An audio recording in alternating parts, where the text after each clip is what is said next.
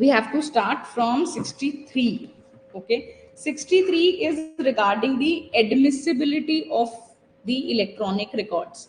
Now, what is the admissibility of electronic records? There are certain changes that have been made. There are certain changes that have been made, and the changes are important because they are relating to the admissibility of electronic records. Electronic record जो है उसकी admissibility के लिए क्या क्या requirements हैं वो आपका सेक्शन 63 में प्रोवाइडेड है.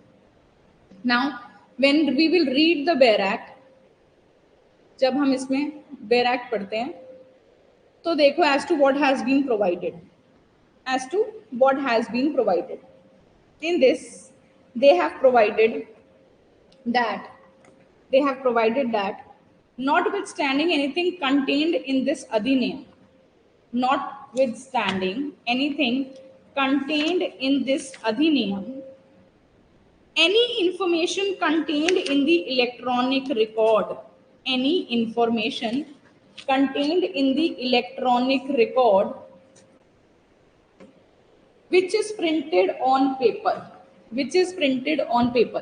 यहाँ पे वो कह रहे हैं कि इंफॉर्मेशन इलेक्ट्रॉनिक रिकॉर्ड में है और हमने उसे प्रिंट किया पेपर पे या स्टोर किया, रिकॉर्ड किया, कॉपी किया. कहाँ पर?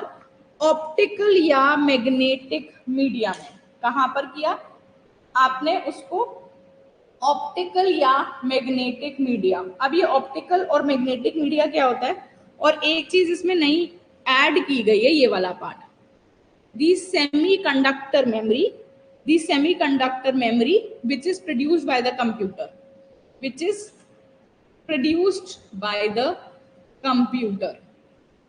okay, this semiconductor memory has been added. So before we proceed further, first we need to understand कि ये क्या कह रहे हैं. ये बेसिकली ये कह रहे हैं कि जो इलेक्ट्रॉनिक रिकॉर्ड है, ठीक है, इलेक्ट्रॉनिक रिकॉर्ड को हमने प्रिंट किया किसी पेपर पे, किसी स्टोर किया या रिकॉर्ड किया या कॉपी किया किसी भी आपका ऑप्टिकल या फिर मैग्नेटिक मीडिया में. In this I will explain each term as to what does it mean. I will explain you as to what does it mean.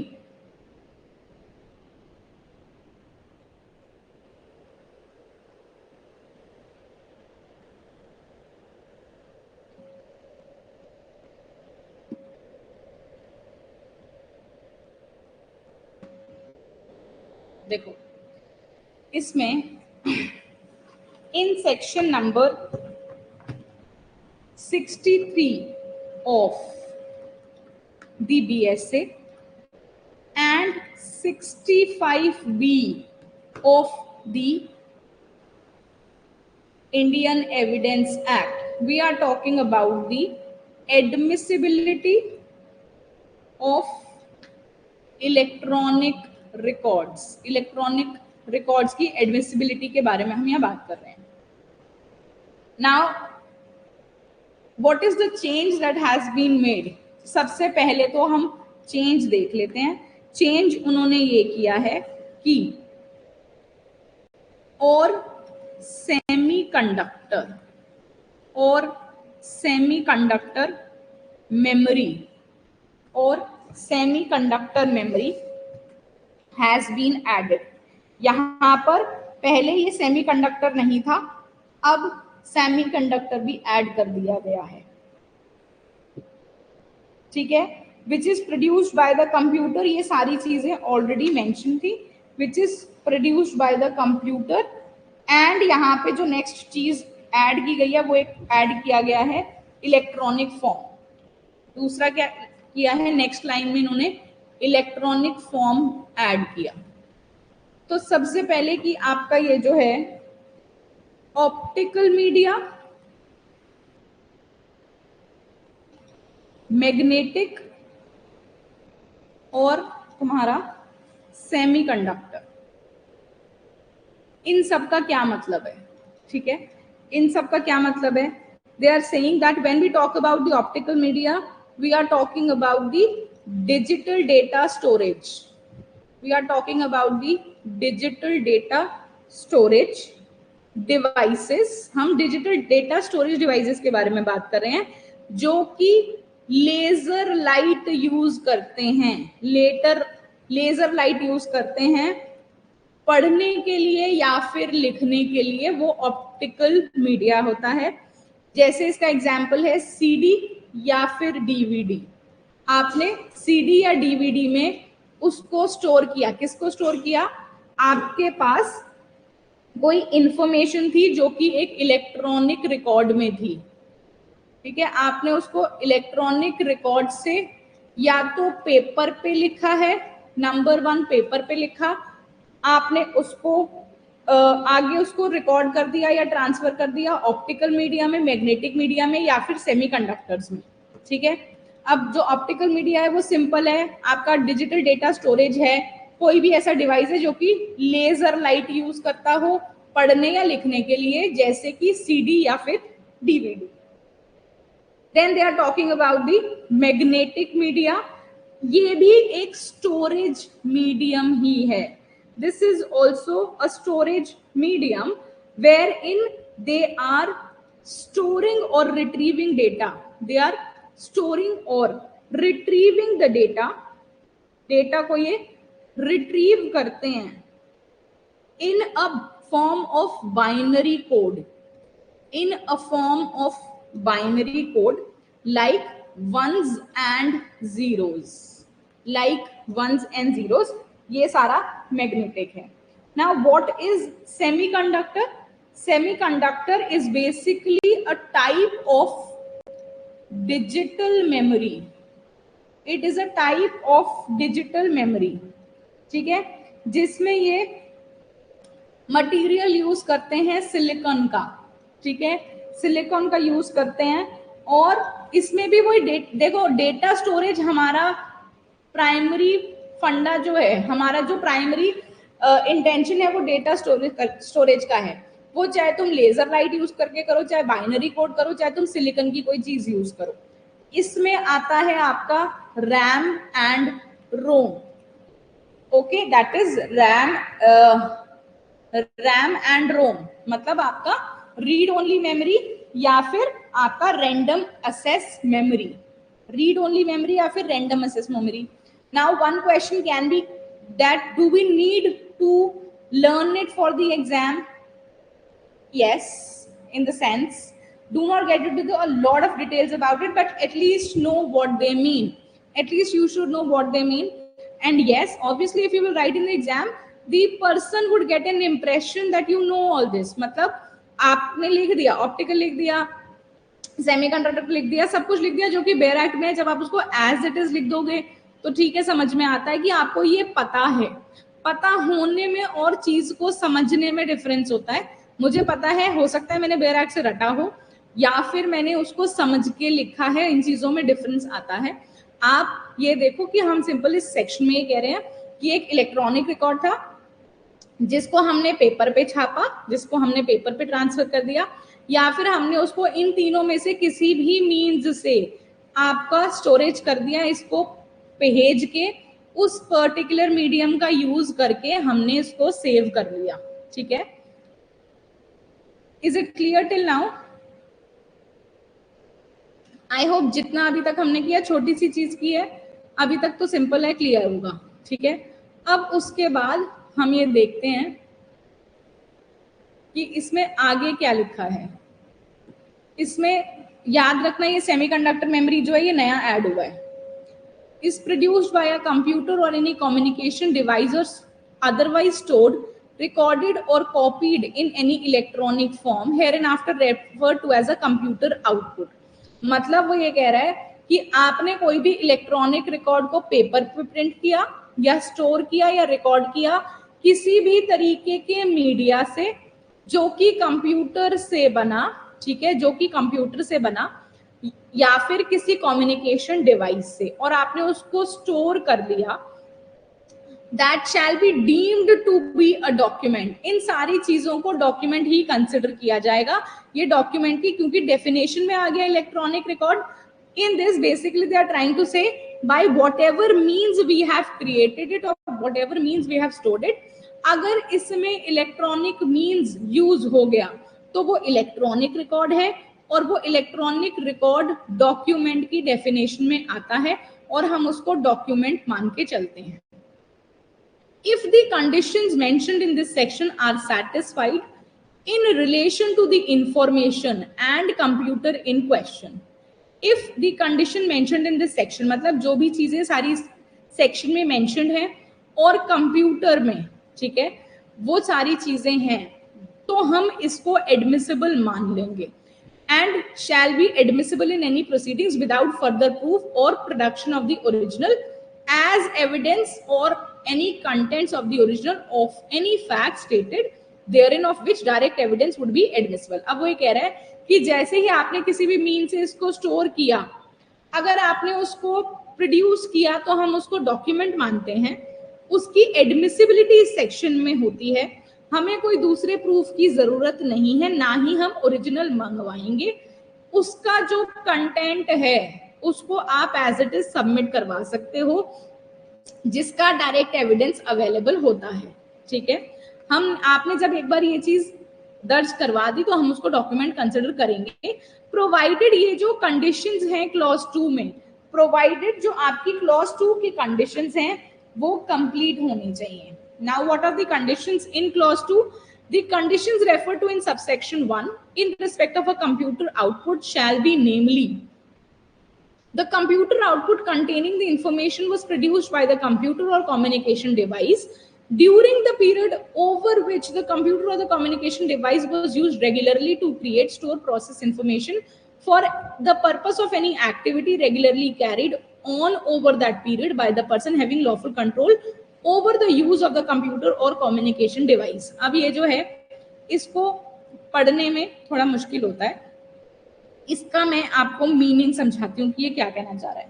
Basically ये आपको जो क्लॉज 2 है, ठीक है, उस क्लॉज 2 में वो ये कह रहे हैं कि आपकी क्या कंडीशन है. कंडीशन ये है कि जो कंप्यूटर आउटपुट है, ठीक है, जिसमें कि इंफॉर्मेशन प्रोड्यूस की गई या फिर कोई भी कम्युनिकेशन डिवाइस, वो कम्युनिकेशन डिवाइस हमने रेगुलरली यूज किया. मतलब इन सब चीजों में हम ये देखते हैं इन सारे क्लॉजेस में कि जो कंप्यूटर डिवाइस है वो बीच में खराब नहीं होना चाहिए, हमने उसको रेगुलरली यूज किया है, जिस बंदे का उस पर लॉफुल चार्ज है उसी ने यूज किया. ये सारी चीजें इसलिए प्रूव करते हैं कि सपोजिंगली आपको इलेक्ट्रॉनिक रिकॉर्ड को कंटेंट कर रहे हो और उस दौरान कंप्यूटर खराब हो गया, तो क्या उस खराबी का आपके इलेक्ट्रॉनिक रिकॉर्ड पे कोई असर पड़ सकता है? अगर पड़ सकता है तो उसकी एडमिसिबिलिटी क्वेश्चनेबल हो जाएगी या फिर उसकी जो रिलायबिलिटी है वो कम हो जाएगी. अगर आपको लगता है कि कोई असर नहीं पड़ेगा और वो कंप्यूटर उस ही इंसान के पास था जिसके पास वो लॉफुली होना चाहिए, और अगर हमारे को उसके पास से वो कंप्यूटर मिला तो वो रिकॉर्ड मिला, तो वो जो रिकॉर्ड है वो कंप्लीटली एडमिसिबल होता है. अब इसमें ABCD में क्या है वो एक बार लिख के समझाती हूँ, ज्यादा अच्छे से समझ में आएगा. देखो वो यहां पर कह रहा है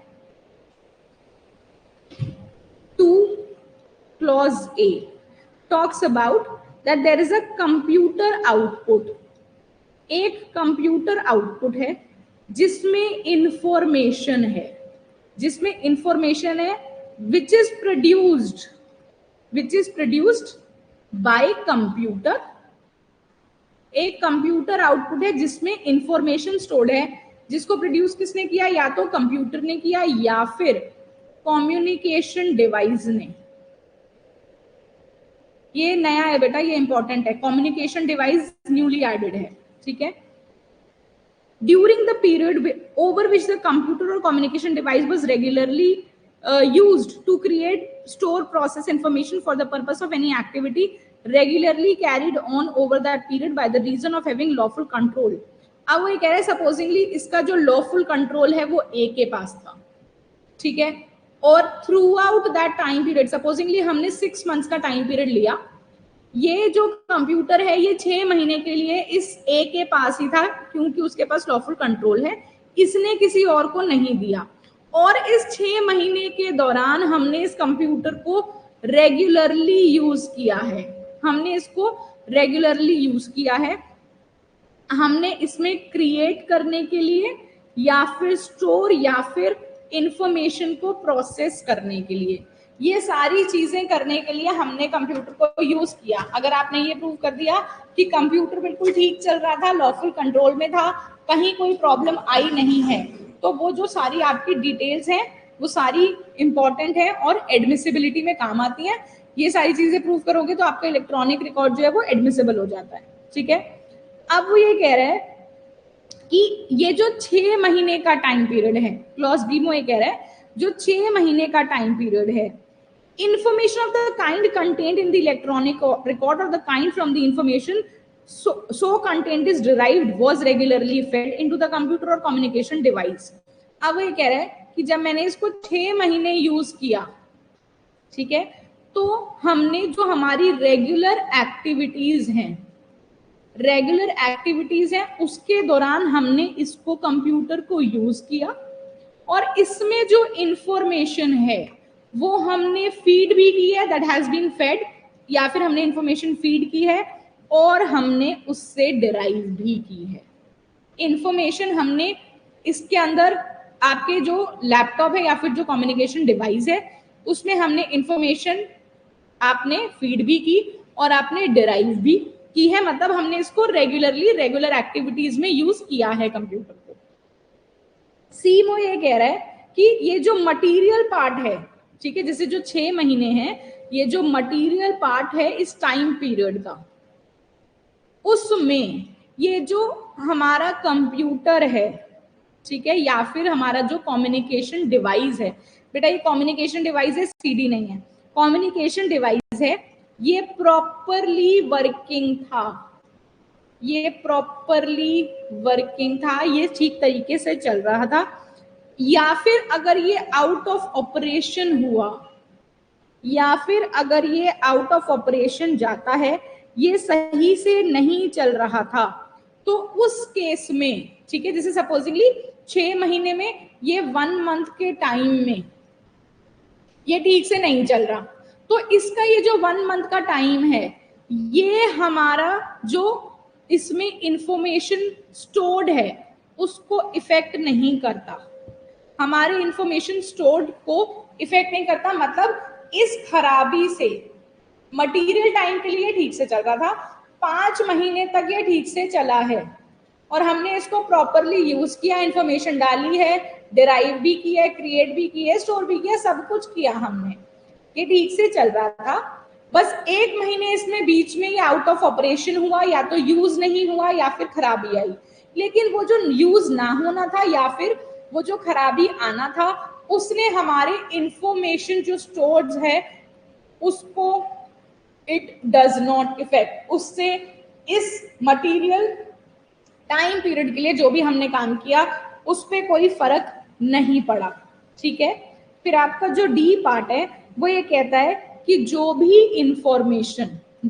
इंफॉर्मेशन उसमें इलेक्ट्रॉनिक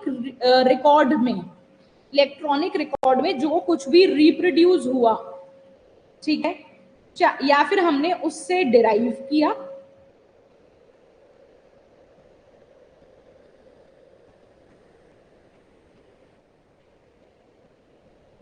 ये जो भी हमने उससे रिप्रोड्यूस किया या ड्राइव किया वो उस कंप्यूटर में हमने फीड किया था during the ordinary course of activity, बच्चे अब ये जो सारी चीजें हम ये क्यों कर रहे हैं, इसका क्या इंपॉर्टेंस है, ये हम इसलिए इंपॉर्टेंस आता है यहाँ पर क्योंकि अगर एक इलेक्ट्रॉनिक डिवाइस है, हमें उस इलेक्ट्रॉनिक डिवाइस को हमारे को अगर मान्यता दिलवानी है, अगर एडमिसिबिलिटी करवानी है, तो हमें ये प्रूव करना पड़ेगा कि ये जो डॉक्यूमेंट है, हमारा इलेक्ट्रॉनिक रिकॉर्ड जो डॉक्यूमेंट बन गया है या फिर जो हमारा इलेक्ट्रॉनिक रिकॉर्ड के फॉर्म में ही रहा है, उसमें इस दौरान कोई खराबी नहीं आई। इस दौरान कोई खराबी नहीं आई का मतलब है कि अगर मैं ये कहता हूँ कि मेरा 1 साल का, जैसे किसी कंपनी में कोई फाइनेंशियल फ्रॉड हुआ और हमारी जो सारा डेटा है वो हमने स्टोर किया था कंप्यूटर में, वो 1 साल कंप्यूटर ठीक चलेगा तभी आपको ट्रू स्टेट ऑफ फैक्ट्स पता चलेंगे। अगर सपोजिंगली कंप्यूटर बीच में यूज नहीं किया, जिसने कंप्यूटर यूज नहीं करना था उसने कंप्यूटर यूज किया, जैसे आईटी वालों के लिए, एक आईटी वालों में स्पेसिफिक होता है कि भाई उनका जो लैपटॉप है वो सिर्फ कंपनी के काम के लिए यूज होता है, हम लोग उसमें नहीं गेम्स खेल सकते, ठीक है। तो वो उस ही पासवर्ड से खुलेगा जो कि उस आईटी वाले बंदे के पास होगा। तो वो ये कह रहे हैं कि सबसे पहले तो आप ये देखो कि वो जो लैपटॉप है या जो कम्युनिकेशन डिवाइस है वो उसी के चार्ज में था जिसके चार्ज में वो लॉफुली होना चाहिए। उसी ने उसमें चीजें प्रोड्यूस की, क्रिएट की, सेव की, कुछ भी किया। वो थ्रू आउट द टाइम उसको ठीक से चलना चाहिए। उस पे ये भी ध्यान लगाना है कि कोई और आके ना उसको यूज करे, या फिर अगर कोई दूसरा यूज करे तो उसका भी लॉफुल कंट्रोल होना चाहिए। वो जो लैपटॉप है या कम्युनिकेशन डिवाइस है वो थ्रू आउट खराब नहीं होना चाहिए, वो ऑपरेटिव होना चाहिए। अगर सपोजिंगली कभी काम नहीं करता तो उसके काम ना करने की वजह से क्या हमारे डेटा पे या हमारी इंफॉर्मेशन में कोई प्रॉब्लम आ सकती थी? अगर वो प्रॉब्लम आ सकती थी तो वो आपका जो डॉक्यूमेंट है वो इलेक्ट्रॉनिक रिकॉर्ड है, उसको मान्यता नहीं मिलेगी। अगर प्रॉब्लम नहीं आ सकती इवन व्हेन, जैसे सपोजिंगली खराब हो गया, हमने बंद कर दिया, लेकिन उससे हमारे डेटा पे कोई फर्क नहीं पड़ा, जैसे ही हम उसको ऑन करेंगे हमारा data as it is retrieve हो जाएगा, तो उस केस में एडमिसिबिलिटी पे क्वेश्चन नहीं आता। तो बेसिकली हमें देखना है कि हमारी जो मशीनरी है वो थ्रू आउट ठीक से काम कर रही थी। अगर वो काम नहीं कर रही थी तो उसके काम ना करने के टाइम पे हमारे को कोई फर्क नहीं पड़ना चाहिए, तब एडमिसिबिलिटी यूज की जा सकती है, तब वो काम यूज हो सकता है, तब वो चीज आप एविडेंस में पेश कर सकते हो। फिर अब इसका आता है सेक्शन नंबर 3, ठीक है, sorry clause number 3। Now what has been provided in clause number 3? In clause number 3 they are talking about that where over any period the function of creating, storing or processing the creating, storing or processing information for the purpose of any activity regularly carried on over that period as mentioned in clause A of subsection 2 was regularly performed by means of one or more computers on or communication device। अब वो ये कह रहा है कि अच्छा, वो ये कह रहा है कि आपने कोई भी जो काम है वो किया एज पर 2A, मतलब हमने अपने रेगुलर एक्टिविटी के दौरान उस कंप्यूटर को यूज किया। फंक्शन जो था क्रिएटिंग का, स्टोर करने का या फिर इंफॉर्मेशन प्रोसेस करने का, वो हमने सारा काम किया है 2A के हिसाब से, चाहे वो हमने एक कंप्यूटर पे किया हो या फिर हमने एक से ज्यादा कंप्यूटर पे किया या कम्युनिकेशन डिवाइस में किया। Whether in a stand alone mode, stand alone mode का मतलब है कि वो हमने तब यूज किया जब कंप्यूटर जो है वो ऑपरेट करने के लिए केपेबल था, बिना किसी मशीन के या बिना किसी प्रोग्राम के। अभी ये सब कुछ लिख के दूंगी, जब वो यूज करने के काबिल था बिना किसी भी कंप्यूटर मशीनरी या फिर प्रोग्राम के, ठीक है, स्टैंड अलोन मोड में था, या फिर वो किसी कंप्यूटर सिस्टम में था, या फिर जब हमने उसको यूज किया तो वो कंप्यूटर सिस्टम में था। कंप्यूटर सिस्टम का क्या मतलब है कि कोई भी चीज जिसमें हमारा हार्डवेयर हो, डेटा हो, सॉफ्टवेयर हो, सारी की सारी चीजें जो कि हमारे को उसमें हम यूज कर सकते हैं, इन द सेंस कि कंप्यूटर सिस्टम का मतलब होता है कि ये इंक्लूड करता है आपका हार्डवेयर, डेटा, सॉफ्टवेयर, और हम इसको क्लासिफाई कर सकते हैं एज सुपर कंप्यूटर्स या फिर माइक्रो कंप्यूटर। किस चीज का बेस करते हैं हम? इसका जो हमारी प्रोसेसिंग स्पीड है या फिर जो मेमोरी है या फिर जो आउटपुट डिवाइस है। इसका मतलब ये है कि जैसे हम कंप्यूटर खरीदने जाते हैं तो हम उसमें पूछते हैं कि इसकी मेमोरी कितनी है, रैम कितना है, रोम कितना है, स्पीड कितनी है।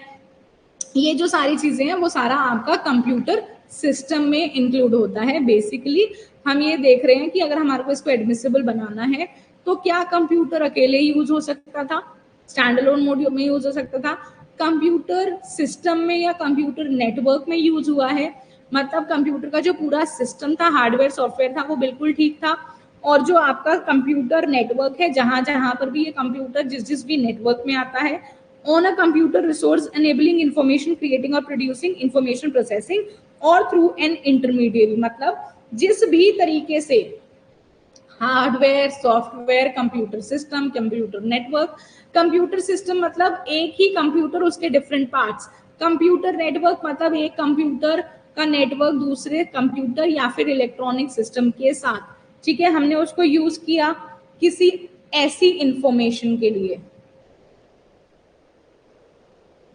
देखो अब वो ये कह रहा है कि all computers or communication devices used for that purpose during that period shall be treated for the purpose of this section as continuing on a single computer or communication device, and references in this section to a computer or a communication device shall be construed accordingly.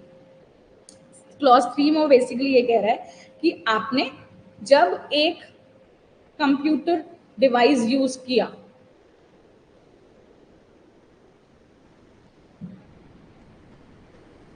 Section sorry clause 3 में वही कह रहे हैं कि हमने एक computer को use किया, किस लिए यूज किया, क्रिएटिंग, स्टोरिंग या फिर प्रोसेसिंग, ये सारे काम करने के लिए हमने उसे यूज किया, रेगुलरली यूज किया।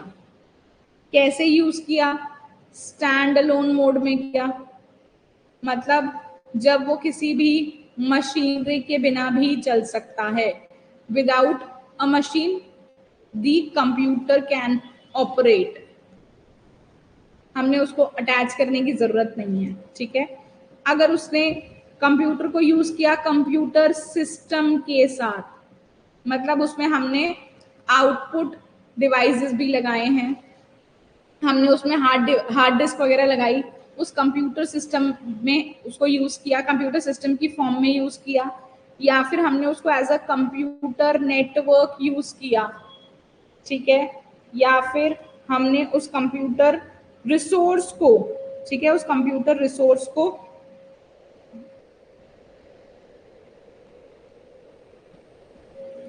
हमने उस कंप्यूटर रिसोर्स को एनेबल किया इन्हीं सारे काम के लिए। कंप्यूटर रिसोर्स को हमने यूज किया जितनी भी सारी अबव मेंशन्ड चीजें हैं उसके लिए, या फिर हमने एक इंटरमीडियरी के थ्रू इसको यूज किया, इस कंप्यूटर को, इनमें से किसी भी तरीके से किया हमने उसको यूज, ठीक है।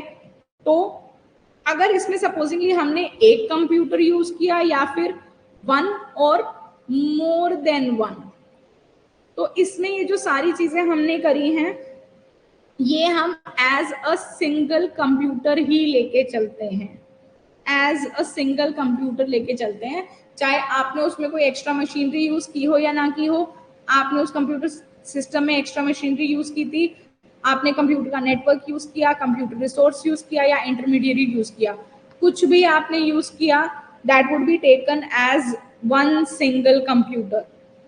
Then your clause number 4 provides that in any proceeding where it is desired to give a statement in evidence, जहां पर हम ये कोशिश करते हैं किसी भी प्रोसीडिंग में कि हम इसको एज एविडेंस पेश करेंगे,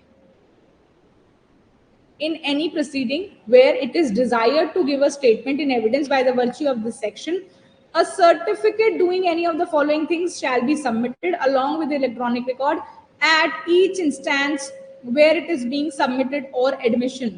Namely, अब वो ये कह रहे हैं कि आपको जो अगर आपको इसको एविडेंस में पेश करना है तो आपको इसका सर्टिफिकेट सबमिट कराना मैंडेटरी होता है, आपको इलेक्ट्रॉनिक सर्टिफिकेट सबमिट कराना मैंडेटरी है। उसमें क्या चीज होनी चाहिए, identifying the electronic record containing the statement and describing the manner in which it was produced, giving such particulars of any device involved in the production of the electronic record as may be appropriate for the purpose of showing the electronic record was produced by a computer or communication device referred to in clause A to clause E of subsection 3, dealing with any of the matters to which the conditions mentioned in subsection 2 relate, and purporting to be signed by a person in charge of the computer or communication device or the management of the relevant activities, and an expert shall be evidence of any matter stated in the certificate, and for the purpose of this subsection it shall be sufficient to a matter to be stated to the best of the knowledge and belief of the person stating it. ये पूरा का पूरा clause important है, ये वाला clause जो है वो पेपर के लिए ध्यान रखना, ठीक है, ये इंपॉर्टेंट है। क्यों इंपॉर्टेंट है? सबसे पहले तो ये कह रहा है कि जो आपका जो सर्टिफिकेट है वो आपको सबमिट कराना है अगर आप उसको एविडेंस में पेश करवाना चाहते हो तो, ये मैंडेटरी चीज है। फिर जो सर्टिफिकेट है उसके कॉन्स्टिट्यूएंट्स क्या है कि आपको आइडेंटिफाई करना है इलेक्ट्रॉनिक रिकॉर्ड को। आपको आइडेंटिफाई करना है इलेक्ट्रॉनिक रिकॉर्ड का मतलब क्या है कि आप ये बताओगे कि ये जो इलेक्ट्रॉनिक रिकॉर्ड है ये हमने कैसे बनाया है। ठीक है, ये हमने कैसे बनाया, किस तरीके से इस इलेक्ट्रॉनिक रिकॉर्ड को प्रोड्यूस किया। मतलब अगर हमने एक सीडी पेश करनी है तो वो सीडी आपने किस कंप्यूटर से बनाई, कब बनाई, कैसे बनाई, वो सारी चीजें आपको उसमें मेंशन करनी है। Giving particulars of any device involved in the production of that electronic record. अब वो ये कह रहे हैं कि आपने किसी डिवाइस से वो डीवीडी या फ्लॉपी बनाई होगी, उस डिवाइस की सारी डिटेल्स आप मेंशन कराओगे, जैसे आईपी एड्रेस वगैरह है, क्या लोकेशन थी, क्या था, सब कुछ आपको वो चीजें उसमें मेंशन करनी है। Dealing with any of the matters to which the conditions mentioned in subsection 2 relate. मतलब जितनी भी सारी कहानी हमने सेक्शन 2 में पढ़ी उतनी सारी चीजें आप उस सर्टिफिकेट में मेंशन करोगे कि इसमें उसको क्या कहते हैं, डिवाइस में जब हमने यूज किया तो डिवाइस में कोई प्रॉब्लम नहीं आई, बिल्कुल ठीक तरीके से उस डिवाइस ने काम किया। तो ये जो सारी चीजें हैं ये आपको सर्टिफिकेट में लिखनी होती हैं। और सर्टिफिकेट में लिखने के बाद, ठीक है, सर्टिफिकेट में लिखने के बाद अगर आप एविडेंस में प्रोड्यूस करवाना चाहते हो तो आपको ये उससे साइन करवानी है जो कि उस टाइम पर उस कंप्यूटर का इंचार्ज था। मतलब वो इंसान इस चीज की रिस्पॉन्सिबिलिटी लेगा कि हाँ भाई ये कंप्यूटर मेरे पास था, ये ठीक से चल रहा था, इसको मुझे एविडेंस में पेश करवाना है। या फिर आप उस रेलिवेंट एक्टिविटीज में जो भी मैनेजमेंट में था, ठीक है, उसका आप वो लोगे, साइन लोगे। या फिर जो एक्सपर्ट है, ये एक्सपर्ट वाला पार्ट और ये पर्सन इन इंचार्ज वाला पार्ट जो है वो न्यूली मेंशन्ड है। इसको आप ध्यान से करना कि जो भाई आपका इलेक्ट्रॉनिक सर्टिफिकेट है उसको एक्सपर्ट भी साइन करके देगा और उसको पर्सन इन चार्ज भी साइन करेगा। पर्सन इन चार्ज इसलिए साइन कर रहा है कि वो ये कहता है कि भाई ये सारा सर्टिफिकेट मेरे सामने बना, बिल्कुल ठीक से बना, इसमें कोई दिक्कत नहीं है, सॉरी ये जो कंप्यूटर है ये मेरे कंट्रोल में था, इसमें कोई दिक्कत नहीं आई, और अगर आई भी तो उसने हमारे रिकॉर्ड को इफेक्ट नहीं किया। और जो आपका एक्सपर्ट है वो ये कहता है कि हाँ भाई ये जो सर्टिफिकेट है इसको आप क्योंकि आप एविडेंस में पेश करवाओगे, ये सर्टिफिकेट में ये देता हूँ, एक्सपर्ट ये सर्टिफिकेट देता है कि हाँ जी कंप्यूटर ठीक से चल रहा था, कोई दिक्कत नहीं आई है, और जो भी सारी चीजें सबमिट की गई हैं वो to the best of our knowledge submit की गई है। This is what has been now mentioned in your section. ठीक है, जो आपका सेक्शन 65 बी है, सॉरी बी था, अब सेक्शन नंबर 63 है। इंपॉर्टेंट है, एक बार पढ़ लेना। ठीक है, जितने भी सारे चेंजेस आए हैं वो मैंने आपको मेंशन करवा दिए। Then your section number 64, section number 64 which was earlier 66 in the evidence act which is regarding rules as to notice to produce। जितने भी आपका नोटिस टू प्रोड्यूस के रूल्स थे उसमें कोई चेंज नहीं आया है, वो ऐसे का ऐसे ही है। बस यहाँ पर जो अटर्नी और प्लीडर टर्म यूज करते थे ये through out the bare act है, अटर्नी और प्लीडर जो यूज करते थे अब वहां पर एडवोकेट और रिप्रेजेंटेटिव आ गया है। This is now that has been changed from attorney pleader to advocate representative, otherwise इसमें कोई चेंज नहीं आया। 65 जो था अब वो 67 है, सॉरी जो 65 है वो पहले 67 था।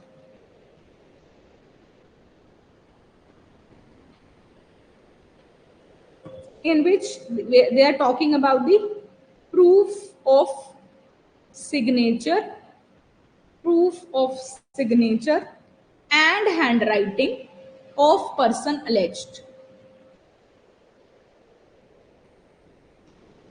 मतलब हम ये प्रूफ करते हैं कि ये जो सिग्नेचर है या जो हैंडराइटिंग है ये उस ही के साइन में है जिस पे हम एलेज करते हैं। मतलब अगर हम ये कहते हैं कि एक डॉक्यूमेंट है जिसको ए ने साइन किया तो आपको ये प्रूव करना है कि ए की जो हैंड राइटिंग है वही हैंड राइटिंग इस डॉक्यूमेंट में यहाँ पर यूज की गई है और इसमें कोई चेंज नहीं आया है।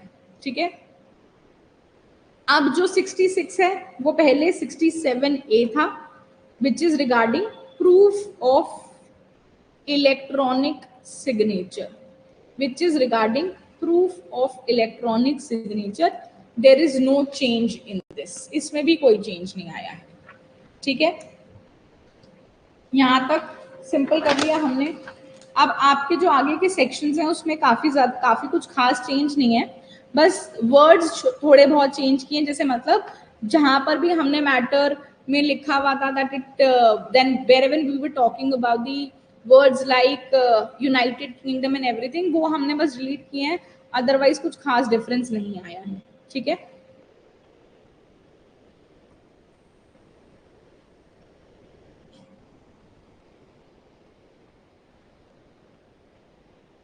नाउ जो आपका सेक्शन नंबर 67 है वो पहले था 68, which is regarding proof of execution of document required by law to be attested. जिस डॉक्यूमेंट की अटेस्टेशन रिक्वायर्ड है, ठीक है, उसके एग्जीक्यूशन का प्रूफ देते थे इस सेक्शन में। इस सेक्शन में कोई चेंज नहीं है। जो अब 68 है वो पहले 69 था, proof where no attesting witness found. ठीक है, मतलब वो ये कह रहा है कि जिसने अटेस्ट किया वो विटनेस अब नहीं मिल रहा है, तो आप कैसे क्या करोगे। हम ये प्रूफ करते थे, हम उस बंदे को बुला लेते थे जो इनकी अटेस्टिंग विटनेस की हैंडराइटिंग पहचान सकता है। सपोजिंगली अटेस्टिंग विटनेस ए है and the person can not be found, supposedly the person is not surviving, आप इनके बेटे को बुला लीजिए, वो चेक कर लेंगे कि ये उनके ही साइन में है या नहीं है। ठीक है, अब इसमें लिखा था document purports to have been executed in UK। इस सारे पार्ट को डिलीट कर दिया है, इसको हमने डिलीट कर दिया, इसमें कुछ भी नहीं है। ठीक है, अब जो 69 है वो पहले 70 था। आई होप जितना अभी तक हम कर रहे हैं, जितना हमने किया वो क्लियर हो गया होगा। इसकी एक बार रिवीजन करने की जरूरत आपको बैरक से जरूर पड़ेगी।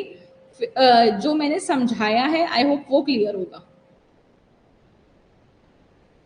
अब हम देख रहे हैं कि जो सेक्शन 69 था उससे लेके अगर आप 73 तक देखोगे उसमें कोई भी चेंज नहीं आया। ठीक है, जो आपका यहाँ पर section number 69, 70, 71, 72 and 73, which was earlier 71, 72, 73 and now 73A, इन सब में कोई भी चेंज नहीं है।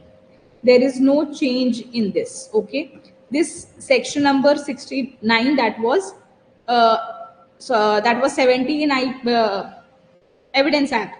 It is admission of execution, admission of execution by party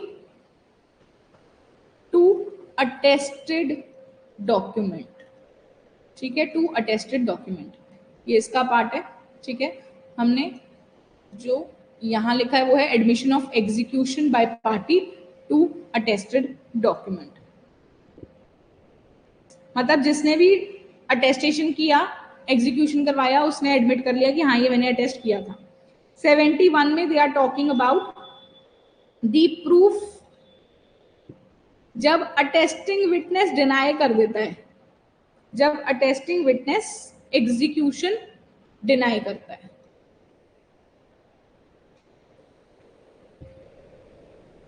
इन सब में कोई भी चेंज नहीं है। proof of document required by law not to be attested as if it has not been attested. proof of document, जैसे कोई document है जिसकी लॉ के हिसाब से रिक्वायरमेंट नहीं थी अटेस्टेशन की, आपने अटेस्ट करा लिया, it would be read as if not attested. Attestation की जरूरत नहीं थी तो हम उसको ऐसे ही पढ़ते हैं जैसे कि इसका अटेस्टेशन नहीं हुआ, कोई भी चेंज नहीं है इसमें।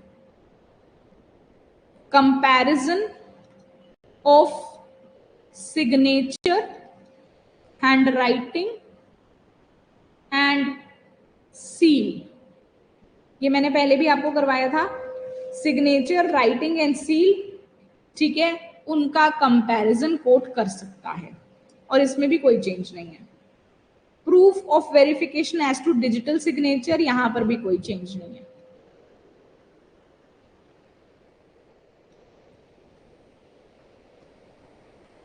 इन सब में कोई चेंज नहीं आया, ठीक है, इन सब में यहां पर कोई चेंज नहीं आया अभी तक। जो चेंजेस थे, I have mentioned all the changes, otherwise there is no change that has been made.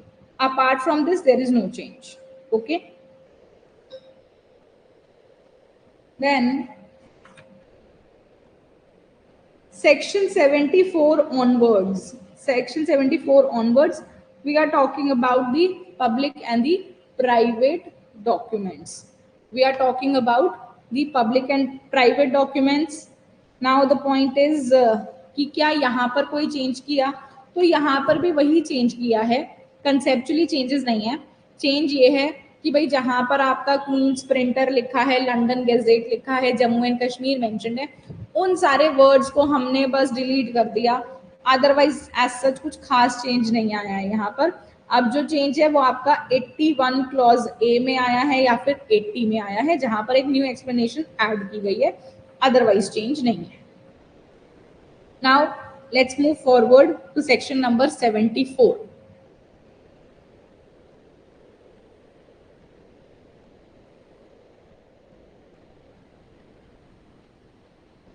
Section number 74 clause 1 and 74 clause 2, 74 and 75 of evidence, and this is BSA.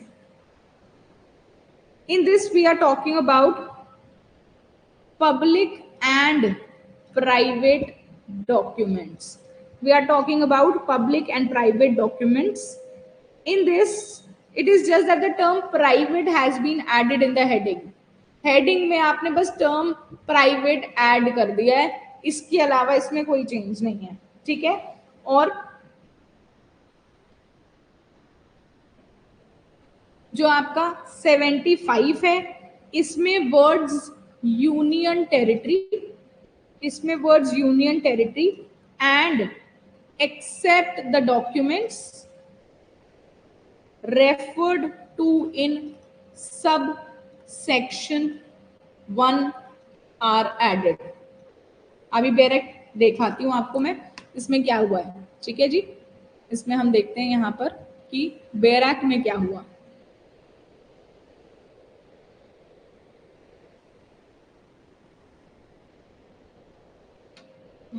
We have to now read section number 74.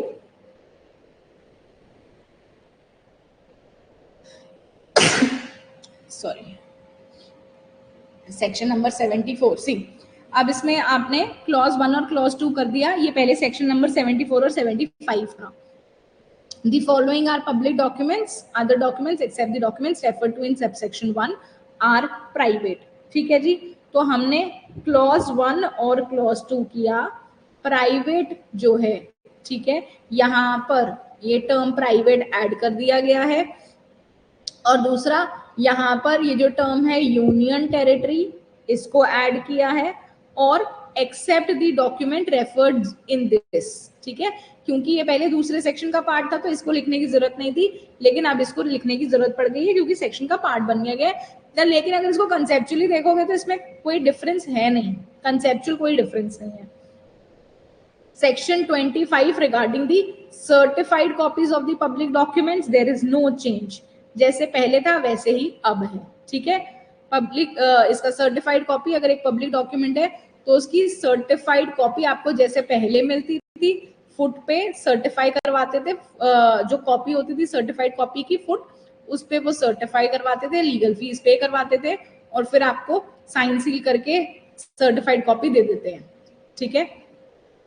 Then as regards your section number 76, section number 76 with regard to the fact that ये जो certified copies हैं, जो certified copies होती हैं वो contents of the public document, जो document का जो public document है, जो पब्लिक डॉक्यूमेंट का जो कंटेंट है उसके प्रूफ में आप सर्टिफाइड कॉपी दे सकते हो, क्योंकि सर्टिफाइड कॉपी सर्टिफाइंग अथॉरिटी से आती है, उसकी प्रॉपर अथॉरिटी है, इसलिए उसकी क्रेडेंशियल्स हैं, उसकी वैल्यू है, तो आप उसको एज इट इज ले सकते हो, ठीक है। इसलिए ये कहा गया है कि सर्टिफाइड कॉपी जो है वो प्रोड्यूस आप कर सकते हो अगर आपको पब्लिक डॉक्यूमेंट के कंटेंट को प्रूव करवाना है। In this, now section number 75 here was 76, wherein certified copies of public document is mentioned, and there is no change here. 76 is 77, proof of document by production of certified copies, मतलब certified copy आप पेश कर दो court में और उससे आप document का जो कंटेंट है वो प्रूफ करवा सकते हो, इसमें भी कोई चेंज नहीं आया। जो 77 था अब वो 78 है, proof of other official documents, proof of other official documents. इसमें जो भी हमारे वर्ड्स थे, क्या चीज डिलीट करी है, देखो अब इसमें देखो डिलीट क्या किया है, क्या डिलीट किया, एक्सप्रेशन जहां पर आपका क्राउन रिप्रेजेंटेटिव लिखा था इसको डिलीट कर दिया गया, आपका हर मैजेस्टी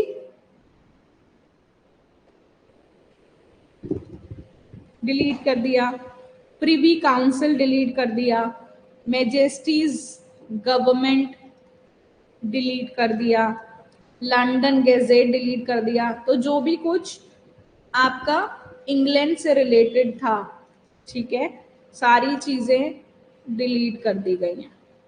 क्वींस प्रिंटर, ये सारी चीजें हमने डिलीट कर दी, ये सारा डिलीशंस है इसमें, ठीक है। एडिशंस क्या हैं, इस सेक्शन में एडिशंस भी हैं। In this section there are additions. Let me first show you as to what the section provides.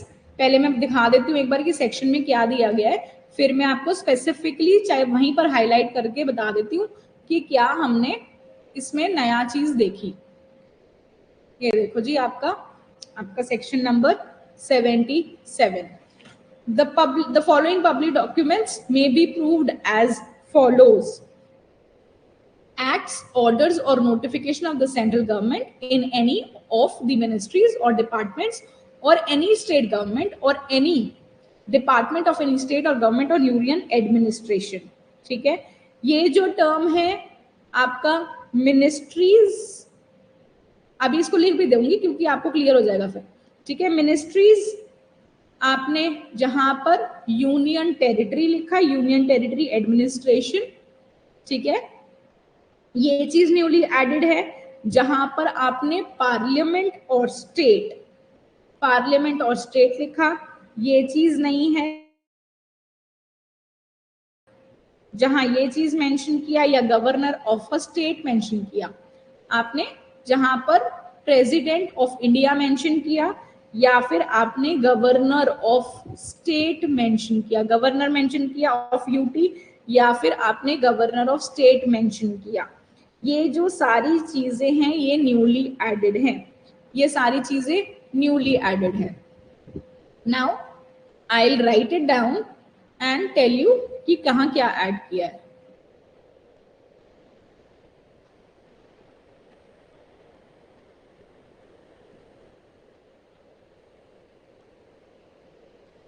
The word that has been added, the words that has been added are ministries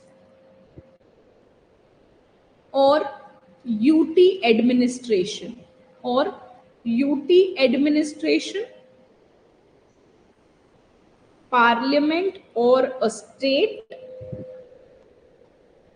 president or governor of a state, या फिर administrator और LG, यहां पर है administrator और LG of a UT. ये सारी चीजें न्यूली एडेड हैं. इन चीजों का ध्यान रखना, ये सारी चीजें न्यूली एडेड हैं.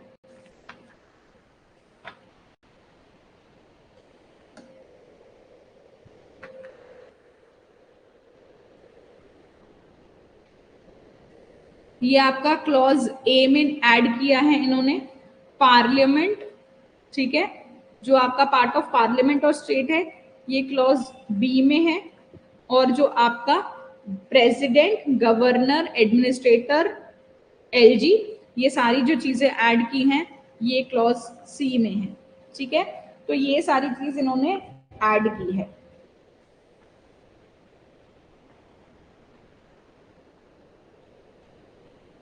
Then your section number 78, which was previously 79, जो कि previously 79 था, उसमें आपका वर्ड दिया गया था any officer in Jammu and Kashmir who is authorized by central government, this has been excluded. इसको exclude कर दिया गया है. सेक्शन 79 अब जो है वो प्रीवियसली 80 था, इसमें 78 में था आपका presumption as to genuineness of certified copy. Certified की आपकी जेन्युइननेस की बात करते हैं, उसका प्रिजम्पशन. 79 में है आपका प्रिजम्पशन एज टू डॉक्यूमेंट, जो कि हमने एज एविडेंस प्रोड्यूस किए. एज एविडेंस जिस चीज को भी प्रोड्यूस किया गया उसका डॉक्यूमेंट, इसमें भी कोई चेंज नहीं हुआ है. ठीक है, ये हमने आज किया सारा. सिंपल है, इनमें आप बस याद रखना कि जहां पर भी आपका जो भी लंदन से ताल्लुक रखता था या फिर जो भी आपका पुरानी चीजें थी वो हमने नए बैराक में खत्म कर दी हैं. ठीक है, जितनी पुरानी चीजें थी वो नए बैराक में खत्म कर दी हैं. अब हम एविडेंस के, अब हम नेक्स्ट सेक्शन में एविडेंस के BSA के सेक्शन नंबर 80 से कंटिन्यू करेंगे. That is all for the session.